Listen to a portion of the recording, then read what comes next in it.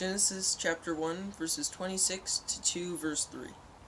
Then God said, "Let us make man in our image, in our likeness, and let them rule over the fish of the sea and the birds of the air, over the livestock, over all the earth, and over the creatures that move along the ground." So God created man in his own image. The image of God he created, in the image of God he created him. Male and female he created them. God blessed them and said to them, "Be fruitful and increase in number. Fill the earth and subdue it. Rule over the fish of the sea and the birds of the air, and over every creature that moves along the ground." Then God said, "I give you every seed-bearing plant on the face of the whole earth, and every tree that has fruit with seed in it. They will be yours for food. And to all the beasts of the earth, and all the birds of the air, and the creatures that move along the ground, everything that has the breath of life, in it I give every green plant for food." And it was so. God saw all that he had made, and it was very good. And there was evening, and there was morning, the sixth day. Thus the heavens and the earth were completed in their vast array. By the seventh day God had finished the work he had been doing. So on the seventh day he rested from all his work.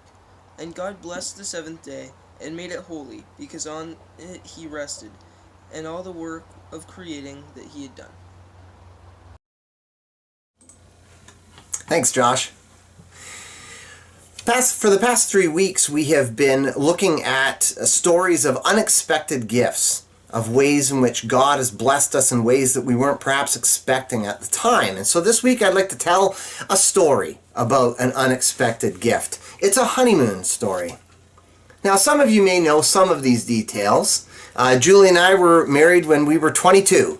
I wouldn't necessarily advise this for everyone, but that's what we did. Married at age 22, very young. And I was left in charge of planning our honeymoon. I was given kind of carte blanche.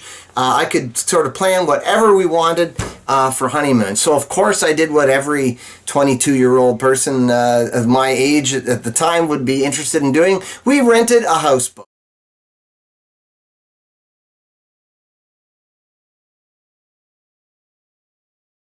A honeymoon that would not be forgotten. It was a beautiful trip. We left from Bobcaygeon in Lake Scugog, traveling through Fenelon Falls into Lake Cameron, and then spent some time on Balsam Lake through Rosedale. Now, this is a picture of us in Fenelon Falls, and I know what you're probably saying is, Noel, how come you're docked port side on the starboard side of the channel above the locks in Fenelon Falls? Well, the first thing I would say is, never mind your own business. I didn't criticize you on your honeymoon, so why are you criticizing me on mine? But houseboats are actually harder to dock than they probably appear. It's quite difficult. A boat like that doesn't draw a lot of water, but it catches a lot of wind, I can tell you that. We had lots of little misadventures on our honeymoon. Otherwise, it was a wonderful time spent on the lake. Now, record high water levels did have an impact. In fact, while we were on our honeymoon, we got as far as Balsam Lake in Rosedale when the locks were closed. The water levels were so high, the locks had to be stopped because too much water was getting through the locks. And so that meant we couldn't go any further than that. We got back into Lake Cameron before the locks in Fenelon Falls closed. And so as a result, we were stuck in Fenelon Falls for most of the 6 days that we had this houseboat.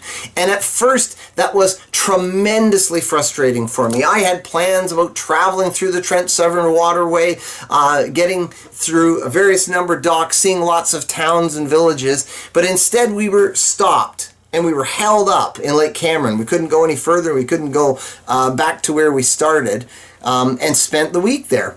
Now, this turned out to be a blessing in disguise. Because spending time on Lake Cameron ended up being a good thing. It was a lake that I had been to before as a kid. My dad's family had a cottage on Lake Cameron. I was familiar with the town of Fenelon Falls, and so we ended up being in a place where I kind of knew my way around, and we were able to spend days walking through Fenland Falls, just kind of resting on the houseboat. It ended up being a really nice time. Now, unfortunately, I don't have time to tell you about when we almost sheared the prop off going over a normally marked shoal on Lake Balsam. Unfortunately, the high water levels made this shoal that's normally visible, normally above water, just slightly underwater. If you want to hear that story, you'll have to check in with us later. But even despite the stop, we managed to have a nice, restful week on the lake with our matching sweaters and all the other stuff that goes with honeymoons. I don't know if that's the way your honeymoon went, but that's the way my honeymoon went. So the last 3 weeks we've been talking about unexpected blessings that come through the pandemic. Now, there is no doubt that the COVID-19 pandemic has, generally speaking, not been good across the world. Some families have, in fact, suffered a great deal as a result of this pandemic. There has been a tremendous loss of life across the world, and in particular in the United States, and there continues to be medical challenges based on the pandemic as it works its way through Canada. We're not through the worst of it yet. We've still got a ways to go before life is going to return to some kind of normal. But even in our corner of the world, if we keep our eyes open, there are ways in which God is blessing us, that God is providing us with unexpected opportunities for rest, unexpected ways that God is blessing us through this forced slowdown, through having our options restricted from us, from losing opportunities to keep ourselves busy in ways that we perhaps distracted ourselves in the past. 2 weeks ago, we talked about the gift of presence, the ability to just live in the present moment. And the COVID pandemic has, in some respects, taken away our future. Now, we don't even plan events 2-3 weeks in advance now because we just don't know what's coming next. In fact, just this week, the Ontario provincial government has changed its regulations about meeting and gathering sizes, and that's had impacts for some of us about the things we're able to do. And it certainly gives us a certain level of uncertainty about what's coming next. But hopefully through this pandemic, you have been trained or kind of restricted into spending time and leaving your attention in the present moment. Some of us have discovered our backyards this summer, or even just had a lawn chair in the back deck and have taken some time to hear the birds that live in your neighborhoods. Some of us have had a chance to rediscover our relationships with our immediate family and with our kids. This is a spiritual practice. There is a spiritual dimension about living in the moment, of being mindful of the present. And so 2 weeks ago we talked about taking a breath and leaving our feet flat on the floor, keeping your hands unbusy, and just spending a moment paying attention to our bodies, paying attention to the moment that we're in. There are all kinds of spiritual practices that are connected with being mindful of the present. The practice of examine, spending time in God's Word. This pandemic has shaken us up, but is there any way that we can benefit from this disruption? By being more attentive, more mindful of our immediate surroundings, and as a result, becoming more aware of God and what God's doing. Last week, we talked about the blessing of uncertainty, how uncertainty breaks us of this addiction we have of knowing what's coming next, and this addiction that we have to feeling like we're in control somehow. Uncertainty forces us to acknowledge and to accept our limitations. The limitations on the fact that we really actually don't know a whole lot about what's going to happen next. This pandemic has invited us to wait on God and to trust God to provide what only God can provide. The Psalms tell us that it is a blessing to wait on the Lord, rather than try to find our own way under our own strength. Sometimes we need a disruption like this to shake us up enough to really hear what God is trying to tell us. Today, I would like to explore this very familiar creation story that Josh has read to us this morning and see it and tune our attention to something that's in that story that perhaps is hidden in plain sight. It's something that's very easily missed when we race through a story that we're very familiar with. So, if you've got a Bible, please leave it open to the end of chapter 1 in Genesis as it turns into chapter 2. Now, as you no doubt recall, God created the heavens and the earth. But the Genesis creation account is easily mistaken for something else. It's easily misrepresented as something it's not intended to be. The creation account in the book of Genesis is not a scientific treatise on how to create a heavens and an earth. That's not what it's for. The Genesis account that we read in Genesis chapter 1 and in Genesis chapter 2 is actually a theological treatise. It's actually written in contrast to other creation accounts that existed at the time. It's a rebuttal to the Gilgamesh creation epic poem. It's meant to counter some notions or some ideas that were existing at the time and instead present a God-centered creation account. If we read the creation account in Genesis chapter 1, we recognize that the world, the heavens and the earth were created not out of struggle or out of conflict, but instead out of peace and out of the overflow and abundance of love. That the world was not created in chaos, but instead the world was initially created out of chaos. God brings order. God structures reality out of the chaos that it came from. That's the way the world was initially intended to be. The Genesis creation account is written in clever lyrical prose, and it reveals the contours of reality, how reality is structured. And sometimes there are some important things in there that we need to keep in mind. That God creates rhythm out of chaos. There's a rhythm to creation, that God makes order. That as we read this story, God forms and then God fills. God separates light and darkness. God separates land and water. God separates the skies from the earth. And then God fills each of these places with abundant life. God creates plant life and animal life and finally human life. And he fills the seas, the sky, and the land with life. Then there is this climax to God's creation account, and that's the part that Josh read for us this morning. Starting in verse 26, God forms human beings to bear some sort of resemblance to God himself. In verse 26, the text says, "In our image, according to our likeness, God created humanity."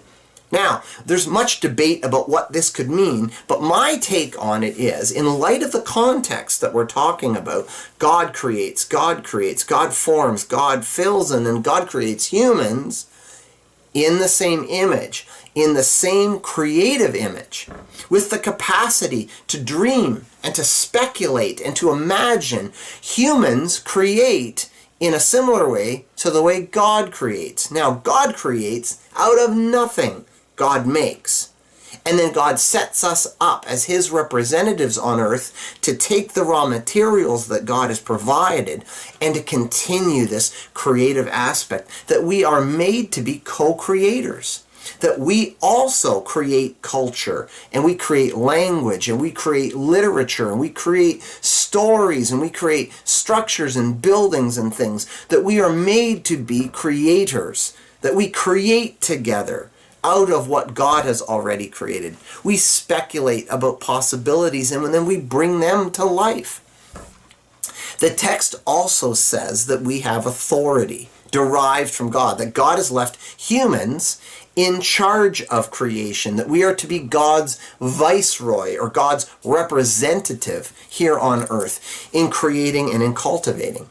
In verse 29, it says that we've been given the earth to look after the plants and the animals and the abundance of the earth, but we are not given ownership of it. That we care for it and that we help it be abundant, but the world continues to belong to God, that God is its creator, God is the maker, and that we are part of that creation. The important part I want us to note here, and it's something that gets missed a lot, is that creation wasn't done in 6 days. That our English Bibles put a chapter division here, and I suppose it had to go somewhere, but God continues his creative work into chapter 2. That God continues separating, forming, and filling. In Genesis chapter 2, verse 2, we read that God finished the work he had done on the 7th day, not the 6th day. On the 7th day, God created rest. That God created margins. That God created space. Space to breathe. Space to stop. Space to reflect and consider. That he made the empty pages that go around the pages of life and allow us to define the other 6 days. Now, this is an important little detail that can easily be missed. That God did not turn the keys of creation over to Adam and Eve on day 6 and then just launch them and release them into a constant, never-stopping binge of forming, filling, and expanding into the space that was still available. That God has instead created a rhythm to creation. On the 7th day, God created the capacity to exhale. That God created a living, breathing rhythm to creation. Breathe in, breathe out. Breathe in, breathe out. The breathe in doesn't work if there isn't a breathe out. That good, God-honoring work doesn't make sense if there's no rest. That we are created to be part of creation in addition to being left to cultivate and to care for it. That we are in creation, but we are not above creation. Verse 3 says that God blessed the 7th day and made it holy. It's something that God hasn't said about any other day. That the rest day, this Sabbath rest that God has created, is unique and distinct to that day. In fact, this is the first time the word holy is used in Scripture. A rest day is sacred. It's not optional. That it is sacred because God rested. That we image God. We bear our God-like resemblance by resting. So what is this rest? And what does it look like? Well, the idea seems to be very hard to get a grip on. Humans, men and women, seem to have a great deal of difficulty in accepting the idea that they are not God, lowercase g. That sin is often just some form of overreach, and that overreach here is refusing to embrace the limitations that we have as created beings. That we are finite, that we're limited, that we're only here for a certain time. We only have so many Saturdays. We only have a limited number of Sundays. We have a limited amount of strength, that we need to pause and eat, that we need sleep. And that's different than rest, and we'll get to that in a minute. That we just can't keep going. Have you ever noticed how our activities tend to expand to fill the space available? Now, most of us would say that time is the one thing that we could use a little bit more of if we could get something. I know people that would say, it's not even money that I need, it's time. I don't have enough time. Now, ironically, we all get the same amount of time. That your kids, that your grandparents, everybody always gets the same amount of time. We all get 168 hours in a week and not 1 second more. The question is not about getting more time or how to get more time, but instead the question is, how do we use the time that has been provided? Rest gives our week a shape and a form. Now note, rest isn't sleep. That Sabbath is not just taking a nap, though that's definitely part of it. Sleep is a biological necessity, that we all need sleep. Our brains will like literally break down on a biological and chemical standpoint. Our brains break down if we don't get sleep. Sleep is an opportunity for our short-term memory to store things in long-term memory. It's an opportunity for our brains to heal, for our brains to sort of pump out excess proteins and to restore electrolyte balances. That sleep is absolutely essential for our bodies and for our brains, that we simply can't get by very long without it. But it's not even about the quantity of sleep, it's about the quality of sleep. Now, if you wanted to improve the quality of your sleep, you are going to need to look at your diet. You're going to need to look at when you eat. You're going to need to look at the activities that you typically do at the end of a day. Getting better sleep is going to involve putting down your phone. Don't look at a screen. Read a book. Go for a walk. These are all things that will help the quality of your sleep. But we're not talking about sleep so much as we're talking about just the practice of having time in a week to rest. Sabbath is not just sleep. Sabbath is the contour of your life. Now, if sleep was like punctuation and leaving lines between paragraphs, Sabbath is the margins around the page. It's the way that we can tell the difference between one page and the next. Now, for example, during this pandemic, I've had a number of people say how much difficulty that they're having in telling one day from another. We're missing the regular weekly markers that we have in our week that sort of allow us to track the passing of time. All of these days are just blending together. I've had a number of people tell me that. Now, that is a way in which Sabbath can help. Sabbath defines our week and helps us to make distinctions between one week and the next, between ourselves and what we do. Sabbath helps us maintain healthy definition between the different aspects of our life. Research suggests that we get more done. We are more productive when we have a regular rhythm of rest. Workplaces have explored how even during a work day, giving your workers time during that day for reflection and for kind of casual rest will make them more productive over the work week. And in fact, when you look at the whole year at a time, there are some employers that give their staff paid time to experiment and to explore and to read about things outside of their work field, to imagine other ways of doing things. And they find that a workforce that's given time to rest, given time to reflect and restore, even paid time to rest, is a more efficient and a more productive workplace.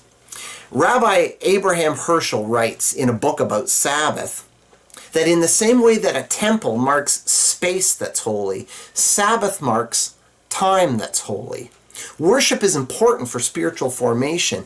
It's important to spend time with a group of people singing and praying and hearing God's word. It's important that you've taken time on Sunday morning to do this, to listen to this, and to talk to the people in your family about the issues that we're bringing up this morning. But in the same way that church worship is important, Sabbath is important to worshiping with time. In the same way that temple makes space holy, Sabbath makes time holy.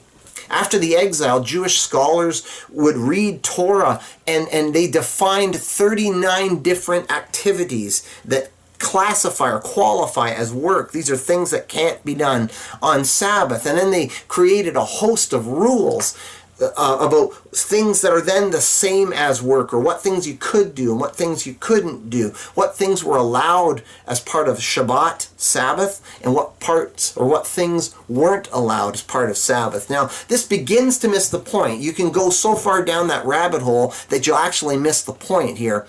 I don't want to be a legalist about this, and without playing games, let's talk about Sabbath and how we practice it. Well, the first question that I always get when I bring up the topic of Sabbath is, okay, well, what day should we use for our Shabbat rest? Now, if you're an Orthodox Jew or if you're a Seventh-day Adventist, you take Saturday. Saturday is the day. And so you protect Saturday as that space in which to rest. Now, since the 3rd century, Sunday became that Sabbath day for Christians. In fact, it was used as a distinctive between Jewish followers of Jesus and Gentile followers of Jesus. In fact, it was used as a dividing line to split and to break up groups. But that really isn't the point. Until recently, here in Canada, Sundays, where it was a day when retail shops were closed and when many people had the day off of work, and that's no longer the case. In our current work world, we are going to need to be a little bit more creative about how we define what day is the day for rest. Now, for example, for me as a minister, Sunday's a lousy day to take off because I got to do this. I got to do work. Now, I've had a lot of people suggest, oh, well, don't ministers take Mondays off? Well, no. Monday's a terrible day to take off. There's so much work and there's so many little things that come up as part of Sunday that need to get dealt with on Monday. I have personally always found Thursday to be the best day for a day off. Now, we do a midweek Bible study on Wednesday night, and what really feels good is after Wednesday night Bible study is over, there is a sense in which my week is over. I can kind of take a break. And so I take a break and I come home on Wednesday nights and I can put my feet up and relax. And I know I can have a restful sleep Wednesday night because there's nothing coming up on Thursday that I'm going to need to be ready for. That's what works for me. And then I get up on Thursday, and Thursday is that day that I can really take as my rest. Our lives need contours. They need a way of kind of distinguishing and defining me from what I do, dividing this week from next week. It's a creative practice of dividing. It kind of separates. That's what Genesis 1 and 2 are all about.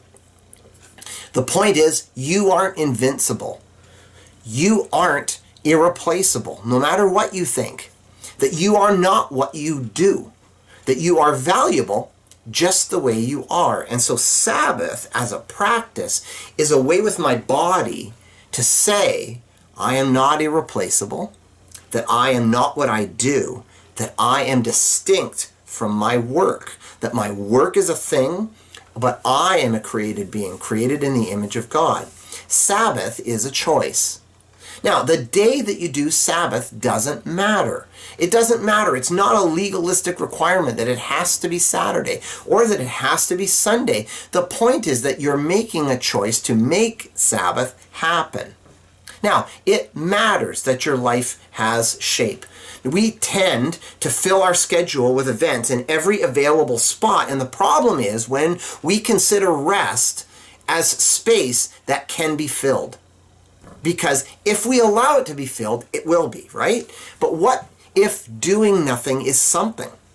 What if taking a break is an actual activity that's very important for our calendars and for our schedules? What if we scheduled an evening every week that we deliberately didn't do anything, that we just spent time with our families or just spent time in relaxation and in reflection? What if we trained our kids to have a balanced schedule for themselves and have time where they can be bored? Time where they can just take a walk? What if Christians were the most restful people in their neighborhoods? What kind of a witness would that be for the gospel? So what can we do if we are going to take a day off? What are the things that we should do as part of that day off? Well, God encourages Adam and Eve to be abundant, to fill the earth, but not just with kids. There's more to do than just making babies. That we image God by creating and by producing. Okay, so what would happen if we stopped and rested? Sabbath is to stop the production complex in our lives. It's to stop producing whatever it is that you produce. So work is typically imagined as economic production. It's something that you do for money, that you get paid for it, whether you enjoy it or not. Now, it's important to note at this point that it's not the point of whether or not you enjoy it or not. Strictly speaking, I don't enjoy rest. It's not something I naturally do. I have to choose to rest. I have to deliberately slow down and stop for my own good. I naturally just keep going. That's just sort of the way I'm wired, and some people get this, some people don't. For me, rest is something that I have to prepare for, that I have to plan for. I don't naturally Sabbath well, and that's not something that I'm proud of, and it's not something that we should be proud of. That we're constantly on the go and that we're constantly run ragged. That's not something that we should be proud of anymore. Sabbath is when I stop producing and I just rest. Now, some jobs are hard to define that way. Julie and I have this contrast. For Julie, she's a nurse. And so it's pretty easy for her to define what work is. Work is when she's in scrubs, when she's at work, when she's doing work things. And then when she checks out of work, she's not working anymore. It's nicely well defined for her in this respect. My job, and many of you have got jobs like this, they don't divide up that way. They don't stop in a way that helps make it easy to define a day off. Now, whether your job defines evenly or it doesn't define evenly, Sabbath is choosing to stop. And stopping work looks different for everybody else. Again, Rabbi Herschel says that a man who works with his mind rests with his hands, and a man who works with his hands rests with his mind. And I've always liked that advice. If you are a person that tends to do intellectual things as your work, you're going to find work with your hands to be restful. Now, that's not to say that you can't just take a nap and relax, but it's true. I tend to do fairly mind-oriented things for my work, and so I do find it restful to just dig in the garden, to just mow the grass, to take care of some things around the house. I find those things restful because they allow my mind to just kind of wander. I'm not producing anymore. I'm just relaxing. Whether you find those things fun or not. Sabbath means no paid work, but Sabbath also means it's a time of rest. It's a time in renewal. Sabbath is practicing something that makes you whole again. Maybe it's returning to a book that you love to read, or maybe it's doing something creative like writing or painting. Something that connects you with God and with your God-centered identity. And unfortunately, only you know what it is that is life-giving to you, that is fulfilling, that is restoring. Those are the things that we should plan to do as part of our Sabbath. So if you are the primary cook in your house, the person who is responsible for food, is there some way that you can take a break from that as part of your Sabbath? Can you train your kids to make their favorite food, or maybe train your kids to clean up after making their favorite food? Is there some way you can have some help around the house so that you could take a break from being the primary food preparation person for that day of Sabbath? That would be Sabbath for you. Having someone else take care of breakfast, having someone else planning something for supper. Now, notice it's not a question of just getting takeout, because are you the one that always calls for takeout? What we want to do is create a break in the system. We want to give you a break from being responsible for food. I would start the question or the conversation this way. I would like to have a day where I'm not responsible for food prep, and make that part of your Sabbath. It's a practical, spiritual practice. Sabbath also involves your social life and your church family life. So have a day in which you invite friends over when it's possible to do that. You would make room and make space for your friends and for a relationship. Now, as a practical advice, I would suggest making your Sabbath something that starts in the evening and goes to the evening. It's the Jewish way of understanding the day. They count days from sunset to sunset, and there is some wisdom to this. I find that when you try to define a day from morning to evening, you end up with something on one end or the other that starts to cut the day short. And once you let one bit of work into your day, it collapses the whole day. You're either up late into the early morning hours trying to get work done, cutting into your day because you're then sleeping in a little bit. So you start with the evening. You start with a meal like supper and make that the beginning point of your day off. Rest is hard work. You need to defend this day diligently. It may need to be a different day each week, but you need to protect it. Okay, so what does all this have to do with the pandemic? The pandemic, in a way, has provided us with an opportunity to carve out space for our families, a time to rest. For some of us, it's cleared up significant blocks of time in our calendar. So what better time to teach our whole household to breathe?